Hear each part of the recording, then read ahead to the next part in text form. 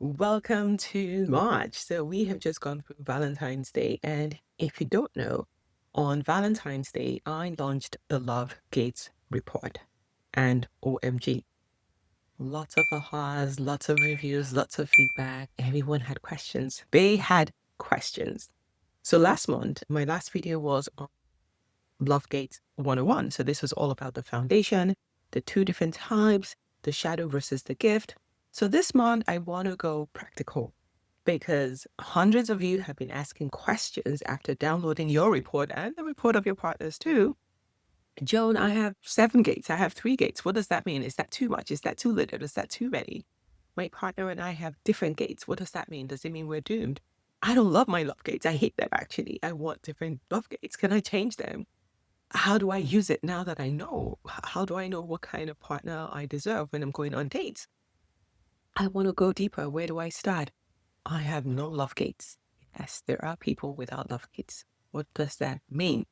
Today, I'm going to be answering all of those questions. But first, if you haven't subscribed to my channel, go ahead and hit the subscribe button. Click on that bell so you get notified every single time I release a video.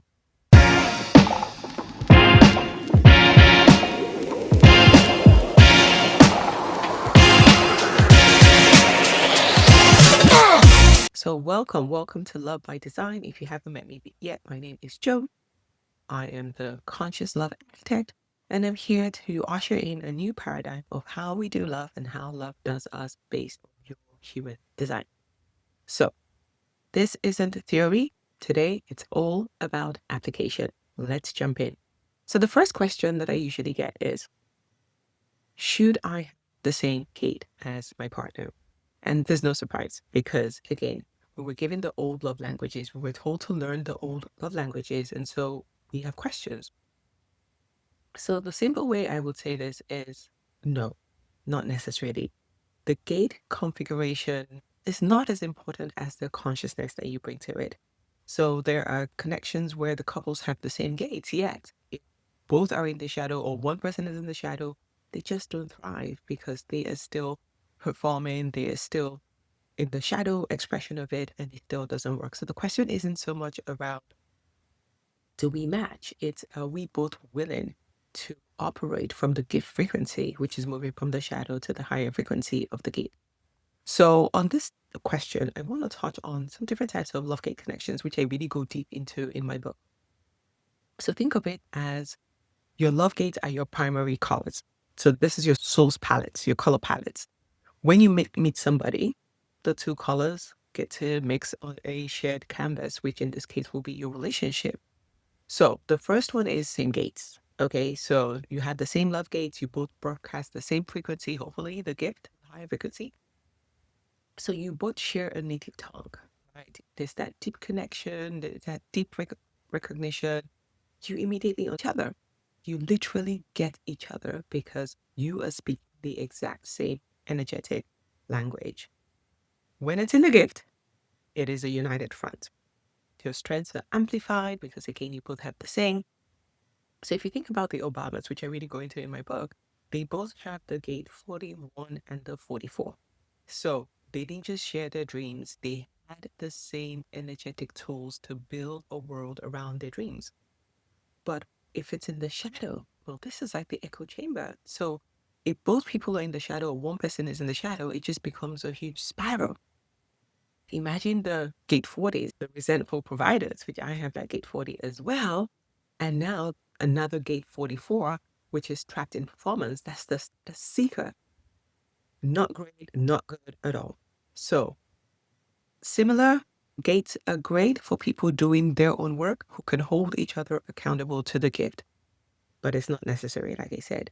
The second type of connection will be the complementary connection. So you have different gates, but similar categories. So you kind of speak a different love language, but within the same realm of things. So in this case, it will be like both of you have transcendent love gates, or both of you have mundane love gates, or you have a mix of both, right?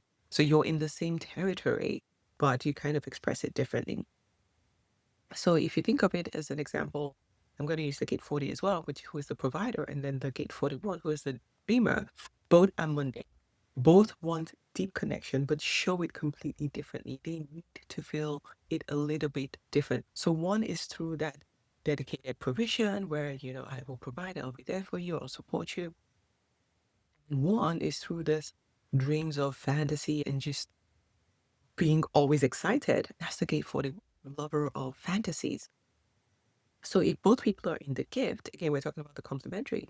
If both are in the gift, you kind of balance each other, right? It's so beautiful because you can both learn different approaches to love. You can now expand each other's capacity of love. But when in the shadow, what happens is you both misinterpret each other's intentions, even though they're in similar territory. It's like, you always want this, I'm not good enough for you. Or you start keeping score. I did this for you yesterday, I'm not going to do this anymore. Or you start holding back. So the complementary connections are best for people who are willing to learn each other's dialect. So that now you have more than just your own love gate, your own love language. You can kind of see another person's one and learn that and enjoy it too. So it's so great when both are in the gift.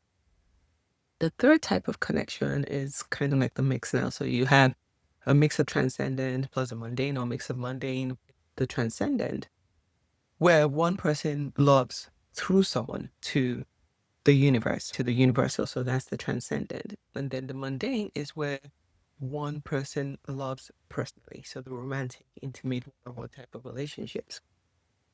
I experienced this quite recently, actually, where I only have mundane gate, and this person that I was seeing had only transcendent gate.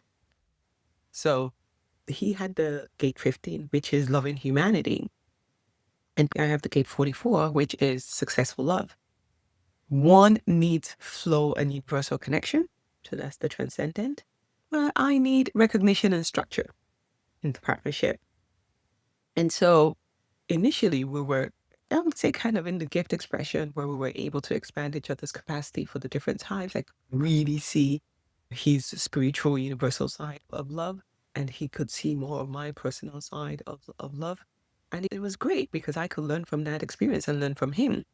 But very quickly, some of the shadows started to show up, and it was like we were speaking completely different languages because the transcendent person loves through their partner. They don't necessarily love the partner.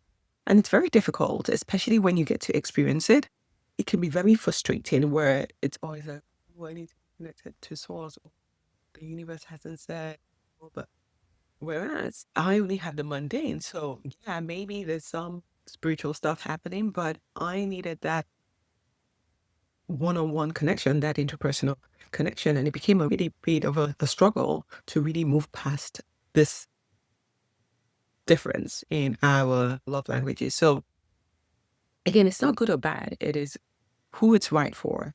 So for this type of connection, it is important that both couples be conscious who are on that growth trajectory, because it doesn't mean you're incompatible, but it just means that this is going to be a little bit harder because now you're speaking totally different languages and you have to really understand it and become aware of what the other person is desiring or needing for you to be. That's the third type of connections. That's the mix, so breed connections.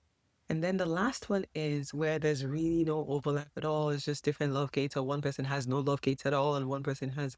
Now you share nothing primary at all, you speak different languages, or you don't even have any at all. So this can be a little bit challenging, especially for those who have no love languages at all, no love gates. They're pretty open. So they're constantly shape shifting. The other person is projecting their own love language on the person, and it can be a little bit difficult to navigate. So the best way is really the person with the love gates should introduce their way of loving to the person, and don't hold on to expectations. Allow the other person to be free to express love however they choose to, because they're open. But what happens, and that's the gift, that's the beauty of it, to that someone who doesn't have any love gates at all versus somebody who has maybe both, transcendent and mundane, or either or, they're able to see and learn and observe and take on and say, oh, I love this. Oh, that's great to understand. That's great to experience. But the shadow is that obviously it's going to take more work to understand each other. You have to be committed to this journey. You have to be committed to being curious, to not making assumptions, to focus more on effort over ease. because fundamentally you're wired very, very differently, and everything is a gift. So your relationship becomes more of a curriculum where you're learning as you grow in conscious love. So the bottom line is, stop looking for someone who is your clone. Because I know that sometimes we get carried away thinking it'll be so easy to just have someone who speaks exactly the same language as mine. And that way there's no misinterpretation. It's great. It's no, no, no, no, no. You need to look for someone whose design creates that complementary matrix with yours, because that way you have more opportunities to experience love in different ways. And some of these combinations are such a powerful mix, right?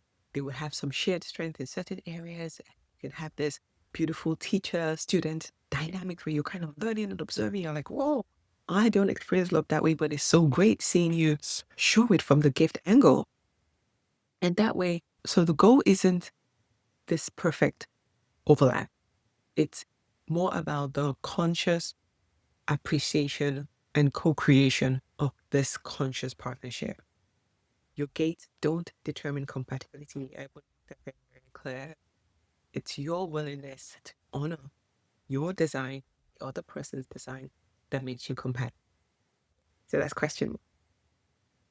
The second question that I get a lot is, how many gates are too many? And I'll tell you this, to be honest, because I was really doing a lot of work in this area. When I saw mine and I saw I only had two, I was disappointed. I was like, just two? I should have all 10. That was before I understood what it really, really meant to have 10. So I've seen people who have 8. I've seen people who have 6. Most people have 2 or 3. My sister has 0. Okay. So now this is the question I keep getting, right? That the people who have the more gates, they always think, oh, is this why love feels so complicated for me? Am I too much? Should I just be alone? Slow down. Just take a breath. Too much. You are perfectly designed. You are perfect. Everything that you've been given within your gates is the perfect configuration that you need to express love with the rest of us in the world. So let's scrap this whole idea. More gates means that you're going to have more problems. Because the truth is, gates aren't burdens for you to carry. These are instruments in your orchestra. Just think about the many gifts that you have that come with the gates. So if I was to group the gates in terms of the number of gates that you do have, we can say that if you have 1 to 3 gates, it means that you are focused and clear. You have a very precise, powerful love nature. You are the specialist. You're the master of your specific frequencies. So your advantage is that you have clarity because it's not too many. You know exactly how to give and how to receive love. So your work is not to let anyone convince you that simple means shallow. Your focused love is deep. It is not sparse. Okay? So the right person will not want you to have more gates or more ways to love them. No, they will cherish this few that you have because it's so specific and it can be so focused, so potent. So that's amazing. That's great. So if you have 1 to 3, you're good. If you have 4 to 6, I want you to think about this as rich and multifaceted. This is the sweet spot where depth meets range. So you're versatile. You can love through many, many different ways. Sometimes 6 different ways in the same way because you have 4 to 6. So 4 to 6 is actually a really robust number to have. And your work here is to master each gate individually. Because there are quite a few, it's probably going to take you a little bit longer to master all the gift and be aware and check yourself to make sure that you're not slipping into the shadow. So don't try to operate all gates at once. Just think about it as tools in your arsenal.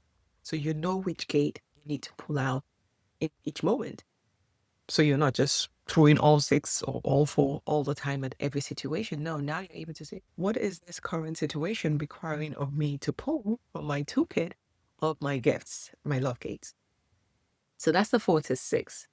If you have 7 to 10, now, to be honest, Initially, when I started this work, I saw mostly between 3 and 5, but now I've been meeting more and more people with more gates, 7, 8, 9.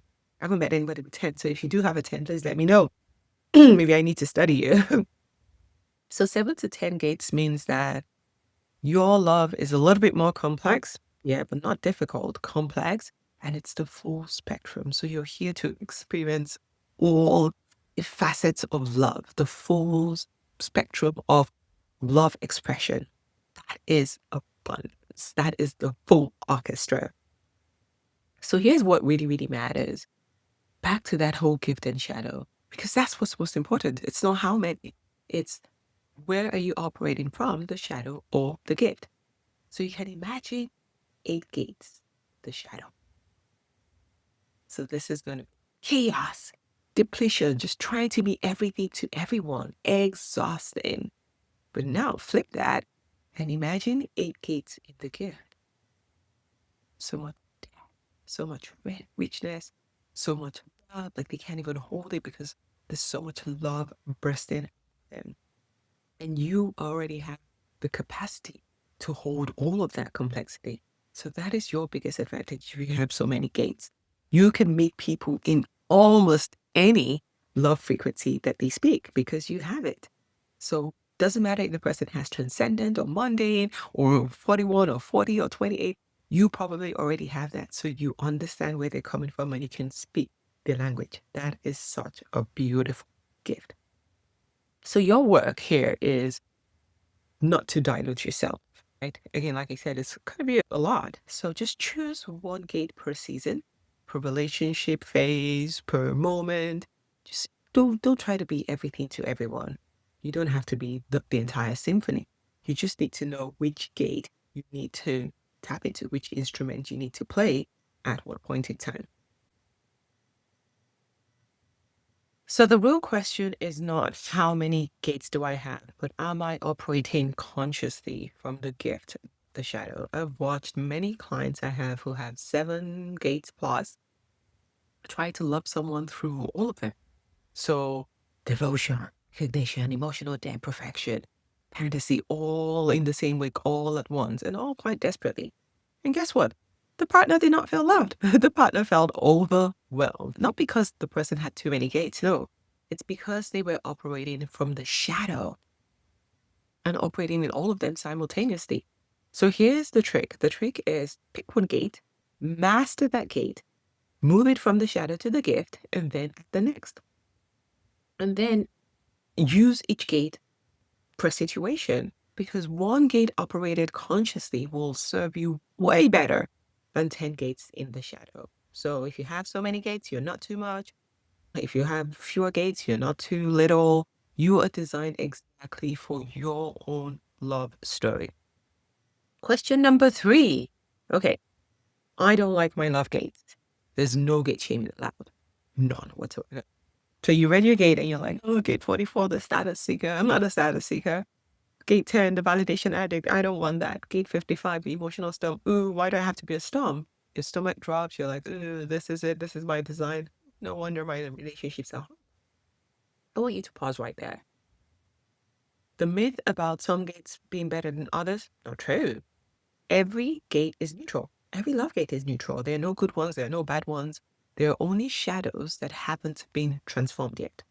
And that is this work. That is the work that needs to be done. So think of it as a knife. A knife is neutral. It has no morality to it. It's just a tool.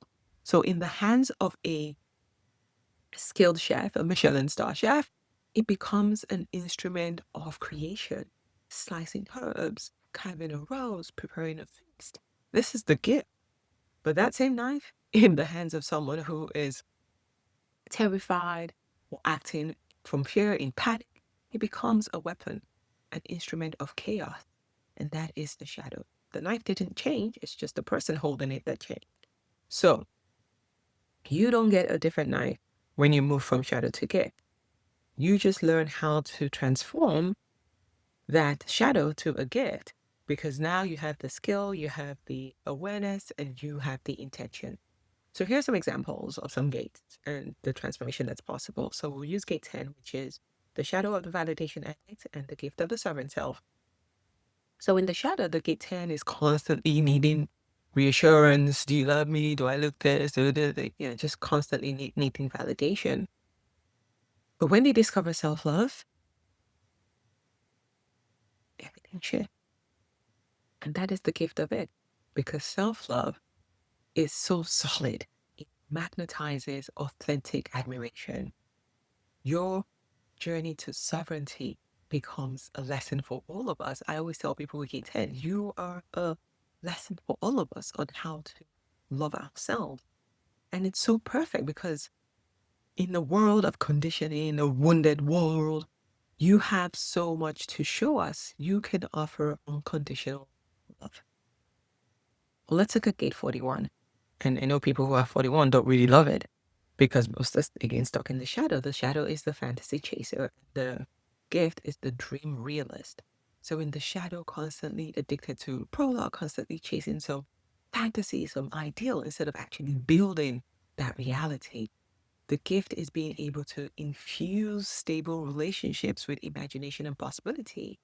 I have a friend who's been 25 years and she just recently discovered that both her and her partner have gate 41. And she was like, makes so much sense because they constantly use this fantasy to build their reality, to build their dream life. So the gift is so powerful and you can imagine why it's perfect because you can just imagine the stories, epic stories, and actually bring it to fruition from a grounded state. The other gate that I know that most people are like, why do I have to have this one? It's the gate 58. The shadow is the chief improvement officer and the gift is the refinement guru. So in the shadow, constantly nitpicking, constantly criticizing, constantly trying to carve your partner into this ideal image, always looking for flaws and fault. But in the gift, you now become this lovingly refining guru, not just with the relationship, but with the partner as well. The way you communicate with love, the way you resolve conflict together, the way you're constantly improving the relationship because you can see, you have the precise vision to see what can be better. And that's so perfect because you make everything better. You make it more beautiful. You make it more functional. That's such a gift. So I'm just going to talk a little bit about my own journey because I know I was in the shadow for a very, very long time. I had the gate 40 and the gate 44. And in the 40, resentment. Like I would overgive until my tank was empty. And then the resentment would build. I would constantly show up from day one. I'm like, okay, let's just start providing. Let's start earning this love. And I know how it kept me stuck for so many years because I was in the shadow. But now I give from overflow. I show up with devotion and consistency. And it's not about trying to earn love. It is just who I am, but only for the right person. And then my gate 44, constantly the status seeker, constantly trying to find partners that will make me look good, constantly posting pictures that look at us now, couple goals. And that was always the goal for me. But now I'm the precise visionary. I can recognize true quality and help bring it forward, but only with the right person. So I see it in myself and in my partner in the relationship, and I can bring that forward. It's no longer for validation purposes. It's because I want to both of us forward in the right way. So it has to be with the right partner as well. It's not just for anybody. So your partner doesn't have to have the same gates. You just need to be in the gift frequency of yours. So you might be asking, so how do I transform from the shadow to the gift? Well, it always starts with awareness. Where are you still performing? Where are you still keeping the score? Where are you still chasing fantasy rather than building the reality? Where are you still resenting your partner? Where are you constantly trying to fix your partner? Just notice it and pause. Pause before you start acting, reacting, or making decisions. And then choose the gift. What will the gift actually do? What would it look like? And just do that. So don't give if it's not joyfully. Don't quit because it's not that fantasy, that excitement.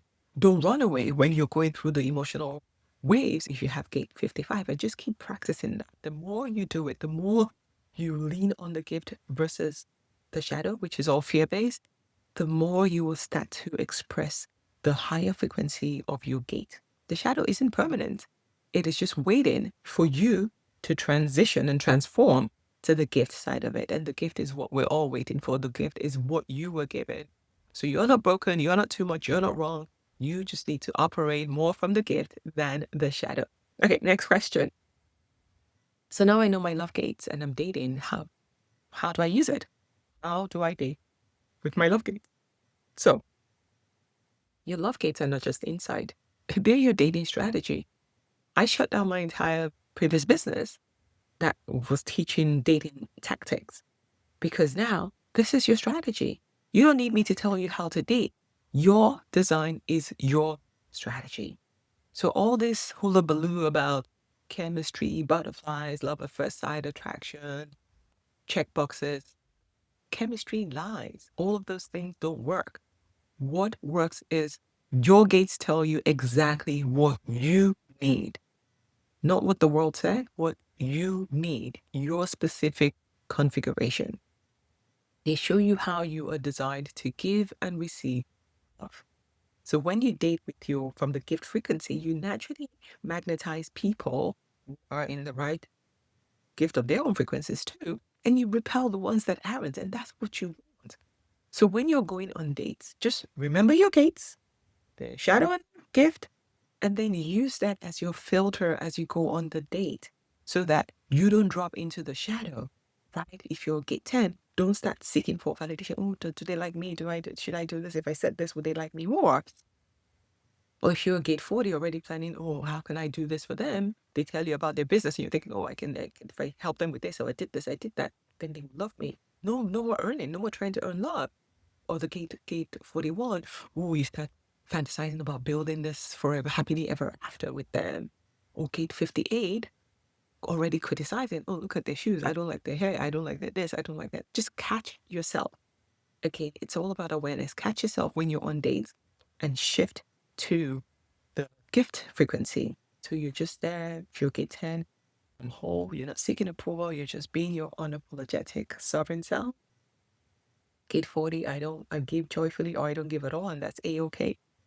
Emotional storms, the 55, I'm here, I'm present. I'm not dragging them into my waves, my highs and my lows. I'm just being present and just being here, staying present.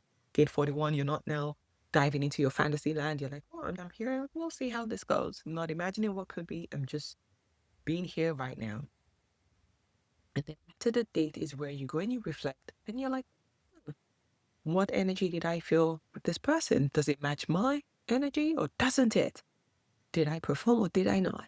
And just take stock and then decide what you want to do with that date going forward.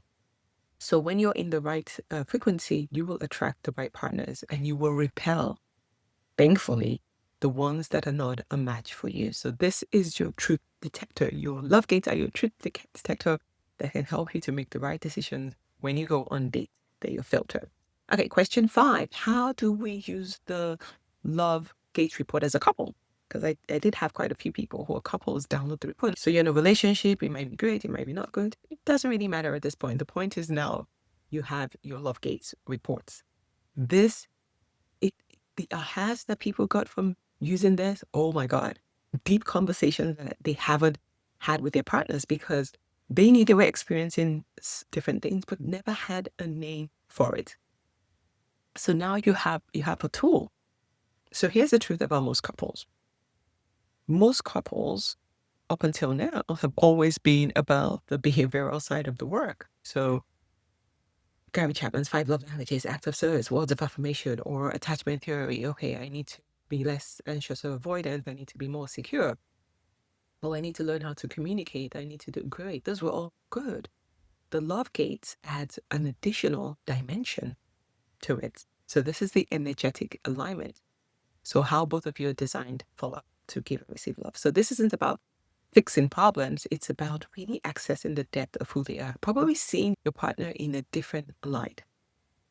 So the first thing is download your own reports, look at it, read it, study your own first, because it's always so tempting to just go, well, hey, this is why you're this is why you're that.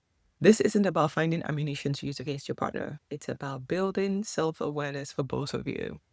Understand your own design. Stop projecting your own needs because that's your design. It's not your partner's. And then both of you share with curiosity. no criticism. Learn about, oh, that's why you do that. Oh, so that's how it lands for you when I do XYZ. It's not about trying to control the other person. It's about understanding the other person. Understand how they're trying to love you in their own love language. You will never be able to express their own love language. And that's the beauty of this work. This is not act of service or words of affirmation. No, they have to be them. You have to be you. And you need to focus on celebrating who they are, not who you want them to be, which most of the time we just want people to be another version of us. That's all. Okay. So use the report with your partners to understand how they love, how you love, and just explore the possibilities, how you can take your relationship to another level, right? I've heard some of the couples say, oh, I finally understand why he was trying to show me love in this way. I just wanted him to speak in my own love language. This will save a lot of marriages because now you're no longer having expectations that they could never give you because they're not wired that way. Now you can appreciate the gift in your partners. Now your relationship can become evolutionary, a foundation for you to grow, to go deeper, to really understand how they're designed, how they're wired. Your relationship becomes a sanctuary for you to discover yourself and your partner as well. And you can now build a beautiful relationship together. So that's how you can use it as a couple. The final question I want to answer today is what if I have no love gates? Like I mentioned, my sister has no love gates, and it can be quite scary. What? Does it mean I'm not designed for love? Am I broken? Calm down. You are not missing anything. This is so unique. Most people don't have this. You have relational freedom. So more gates is not about more capacity for love. No gates is not about no capacity for love. No, you're here to sample love. You don't need to define it. So what it actually means when you have no love gates is you don't have a mixed frequency of how love must look or feel or operate. You're not consistently broadcasting this specific love language. Oh, you're receiving all of it. So think of it this way. It's like people with defined love gates. So those of us who have activated love gates are like radio stations. So we're constantly broadcasting one frequency, one consistent frequency. You are the receiver.